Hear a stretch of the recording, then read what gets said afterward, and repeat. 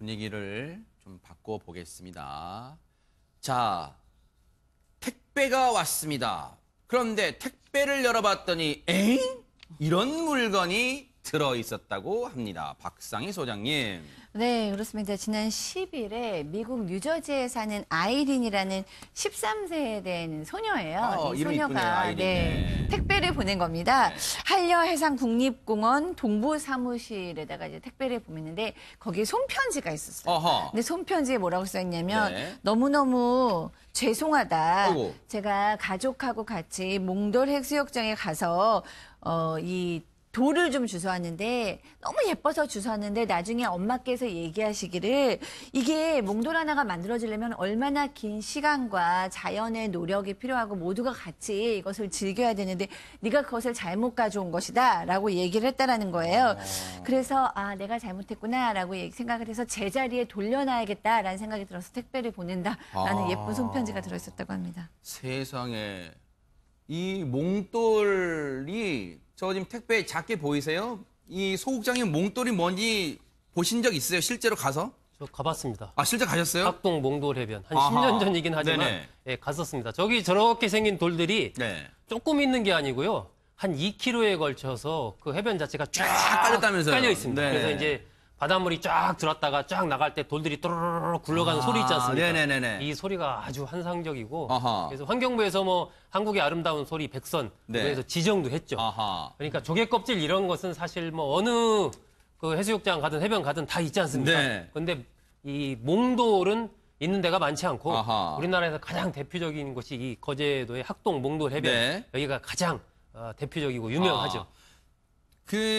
정말 제가 무지한 질문입니다만 이인철 변호사님, 저 몽돌이 누가 이렇게 조각하거나 그렇게 해서 만든 게 아니죠? 조각했습니다.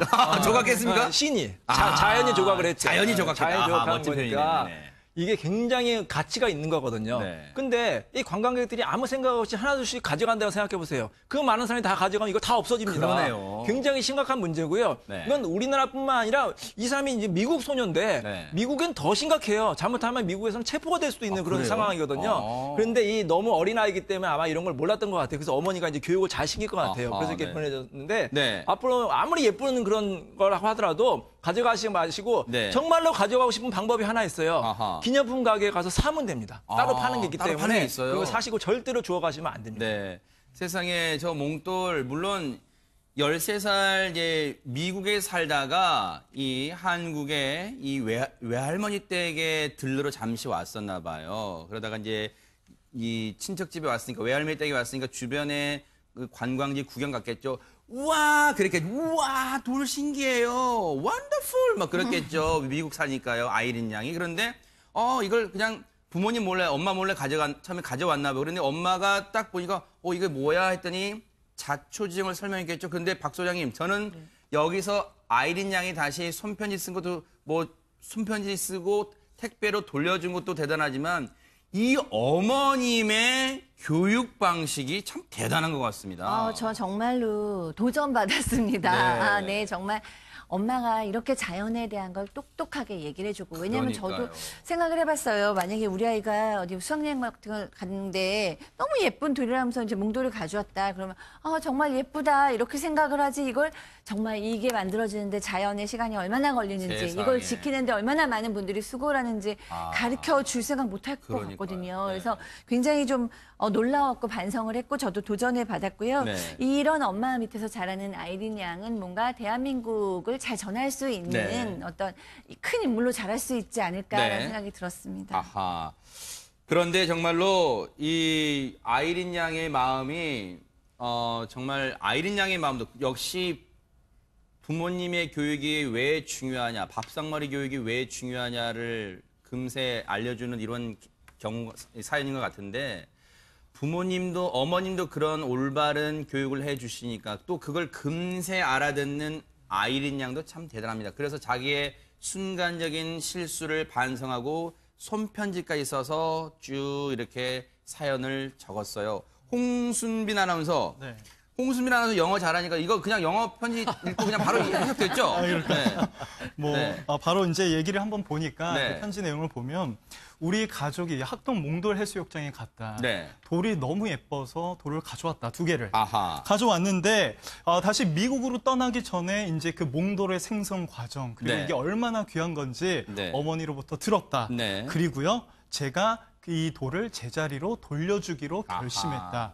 네. 참고로 제가 지금 이렇게 영어로 쓰는 이유가요. 제가 외국인이라서 그런데요. 네. 라고 얘기를 하면서 마지막에는 네. 한국말로 몽돌을 가져가서 죄송합니다. From 아이린 뭐 이렇게 이제 글을 저 남기고 진짜 한글 있네요. 몽돌을 가져와서 죄송합니다. 그러니까 이 평소에 어머님도 이 부모님도 한국의 한국의 정신을 네가 미국에 살더라도 잊지 말아라 하면서 한글도 틈틈이 가르쳐 주셨나 봐요. 아마 정말로 멋진 부모님이신 것 같은데 근데 이 사연을 읽다가 그 아이린 양이 펑펑 울었다는 얘기가 있던데 박상희 선생님 왜 운 거예요?